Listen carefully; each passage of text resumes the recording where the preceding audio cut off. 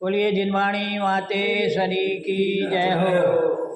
मोक्ष शास्त्र जी नाम के ग्रंथ हैं, आचार्य श्री उमा स्वामी द्वारा विरचित हैं। इसमें द्वितीय अध्याय चल रहा है, इसके बारे में स्पष्टीकरण जो चल रहा है, इसमें 5 भावों के संबंध में स्पष्टीकरण ये बात चल रहा है ना। यहाँ एक प्रश्न है, प्रत्येक जीव में अनादिकाल से परम पारमिक भाव है, फिर भी वह उसे औपसमिक भाव अर्थात सम्यक दर्शन क्यों प्रकट नहीं हुआ है। क्या कहा?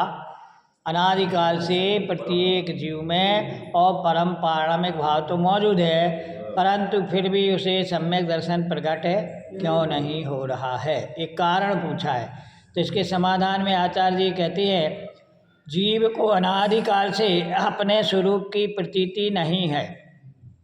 क्या कहा? जीव को अनादिकाल से अपने स्वरूप की प्रतीति नहीं है और इसलिए वह यह नहीं जानता कि मैं स्वयं परम पारमिक भाव स्वरूप हूँ।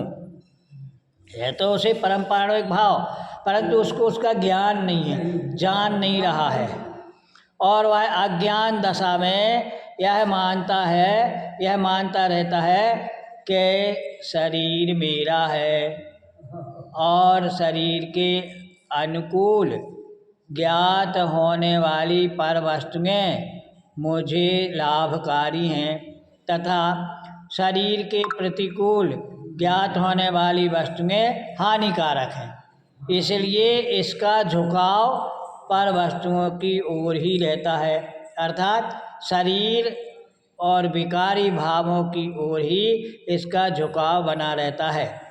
यहाँ जो किसी से उत्पन्न नहीं किया और कभी किसी से जिसका नाश नहीं होगा, ऐसे पारणामिक भाव का ज्ञान करा करके अपने गुण पर्याय रूप भेदों को और पर वस्तुओं को गौण करके आचार्य देव उन पर से लक्ष्य छुड़वाते हैं।